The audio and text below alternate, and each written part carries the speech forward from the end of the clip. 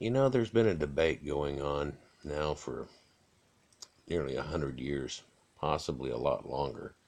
But should creationism be taught in schools for your children that you're trying to get to learn? And I don't know. I've flipped back and forth on this, even though I have my own beliefs on what happens to create mankind and everything that goes on, and whether the Bible is that book that tells you about the truth of it or not.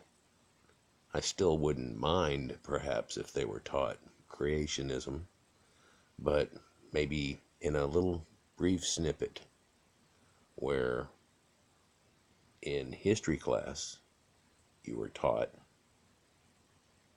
and in science class you were taught, that whenever they begin to go over evolution, that as they describe the topic of evolution and how it worked over time and the dinosaurs laid down and blah and making oil and all that, you can easily throw in right there that there were a nomadic tent people once that lived out in the desert, and they thought that God had created the world only 6,000 years ago, and that the reason that the world turned to a desert there was because a woman grew from a rib, because um, the man needed a partner. And so a woman grew from a rib, and then she ate from a magic tree. And but it wasn't her fault. It was because the talking snake told her to. And that's the reason that we are all still in seeking knowledge of the way that the planet goes. Dot dot dot. And modern science, through the seeking of knowledge, has shown us. And then you begin to speak about actual evolution and the way things come about. The one thing that I'd like to leave out of evolution is the middle of it, because we have no proof on the middle of it. You have monkey looking people on the left, and you have people on the right. The last three on the chart look like people I've seen at Walmart before. And then the ones in the middle are missing links and Dussovian Man, which is proven to be a fake. In fact, it was proven to be a fake right after its inception, and yet they still have a picture of him right there thrown in the middle. He's one up from the missing link, Lucy. And, I don't want to go into evolution, but Lucy is a monkey creature, and everybody on the right side are all human beings, and the links that link us together. We still have not one missing link, but a few links before you're able to put what we have even found with what comes at the end. The middle part of that is a theory. It's a reason they can only say theory of evolution. If we ever find enough of that, you can attach. Because I believe something happened, but I'm pretty assured that it's not what happened in the Bible. But that's my belief. And you have beliefs, and they have beliefs, and we have beliefs. Well, beliefs are not facts. And this cartoon kind of shows you that. The scientific method would say things like, okay, after massive study, here are the facts. What conclusions can we draw from them? And that's a scientific method where you'd say, okay, here's a bunch of facts, and we know that this is the way that it works, and mentally in your mind, it allows you to come to conclusions. Creationist method, though, would say something along the line of, after studying the nomadic tent people from thousands of years ago, here's their conclusion. What facts could we find to support it? And strangely, the facts that are stated in the Bible, like the flat earth, and that theory's still around, it has a crystal dome over it, and there's water in heaven as opposed to space and a void, and that he opened up vents somewhere. Now, we've flown around and we can't see this crystal thing anymore. It looks like we just do go right out into space. But somehow these people believe that there's a big vent up there. Maybe you can open it up and you let somebody out too, and spaceships can fly in and out of this portal hole. That we actually live in a crystal domed Death Star. That's what we live in. And it's only a top half, and the bottom half is supported by pillars somewhere in space. Old beliefs where Atlas was holding it up, the pillars of heaven. Now we know everything is just floating in space, and we are too. What made us so special? Well, we were God's little snow globe. And that's a great idea. It really is. And for a nomadic tent people to come out of nowhere with that bullshit, I mean, wow, you know. And of course, studying it shows you they didn't get all that from out of thin air, that every single part of it is taken from other people's belief and put together as a different soup and spit back out with different names on it. But I don't need to go there. You can look at some of my other videos and see that. But the point being made, I guess, is that yeah, you could touch upon religion, I guess, you know, and in science and in history, you know, and say, well, here's the history of the world, and somewhere in here, these people believe it started right about here, and the talking snake crap, and you can go, you know, go from there with it.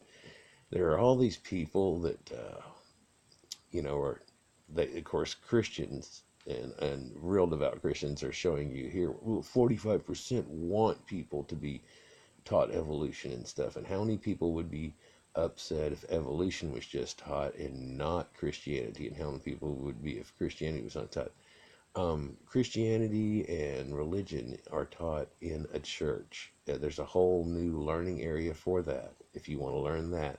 If you want to learn how it works, then you may want to study at school. A famous man once said, and Neil deGrasse Tyson likes to spit it out, and I like it too. The Bible tells you how to get to heaven, but it doesn't tell you how the heavens go. It tells you how to go to heaven, but it doesn't tell you how the heavens go. Why? Well, because we have found now that their stars are not stuck in a gel firmament that's on the crystal outer of our planet. Stars are actually just like our sun, but long, long, far, far away. By the way, the Sumerians knew this, but somehow that gets lost. Look at this that gets taught.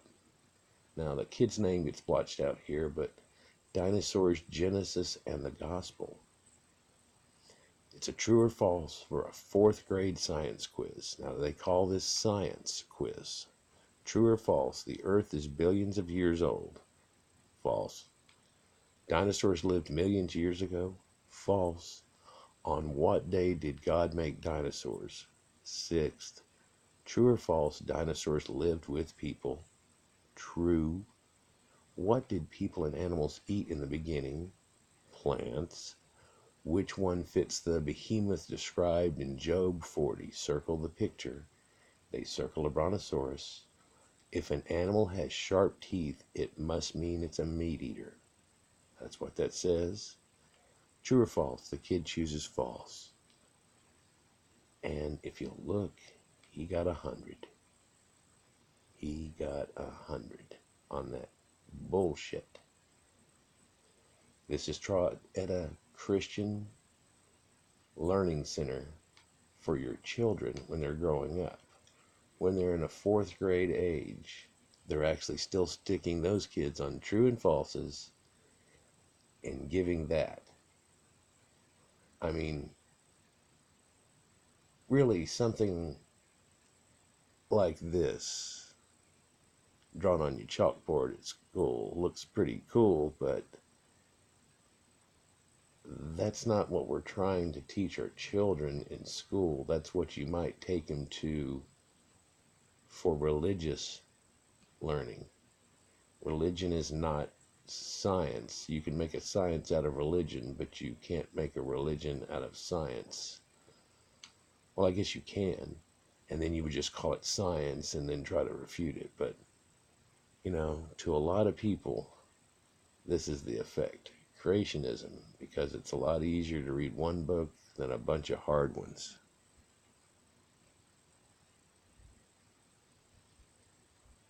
Should it be taught in the schools? I don't know. What do y'all think? Um, I think yes. I think, throw it out there, but I don't think dwell on it, and don't act like it's a big opposing thing that is still really like debated like on a scale, you know, because biology class will eat that up real quick, and history